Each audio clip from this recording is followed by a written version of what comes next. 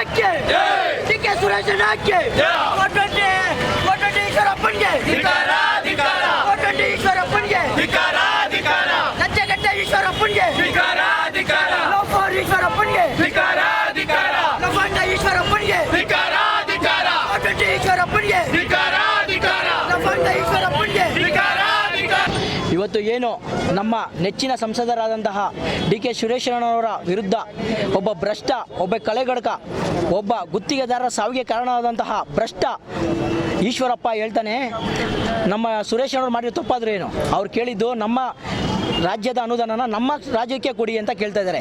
100% ಅದರಲ್ಲಿ 10% ಕೂಡ ಅನುದಾನ ನಮ್ಗೆ ಕೊಡ್ತಾಯಿಲ್ಲ. ಅದನ್ನು ಕೇಳಿದ್ದಕ್ಕೆ ಇವತ್ತು ಒಬ್ಬ ಭ್ರಷ್ಟ ಕೊಲೆಗಡಕ ಆದಂಥ ಈಶ್ವರಪ್ಪ ಹೇಳ್ತಾನೆ ನಮ್ಮ ನೆಚ್ಚಿನ ಸಂಸದರಂಥ ಸುರೇಶಣ್ಣನ ಬಗ್ಗೆ ಗುಂಡಿಕ್ಕಿ ಕೊಡಬೇಕು ಅಂತಾನೆ ಅಂತೆ. ಅವನಿಗೆ ಯಾವ ನೈತಿಕತೆ? ಅವರ BJP ಪಕ್ಷದಲ್ಲಿ ಅವನ್ನ ಕಿತ್ತಾಕಿದ್ದಾರೆ, ಅವನ ಪಕ್ಷದಿಂದ ಉಚ್ಚಾಟನೆ ಮಾಡಿದ್ದಾರೆ.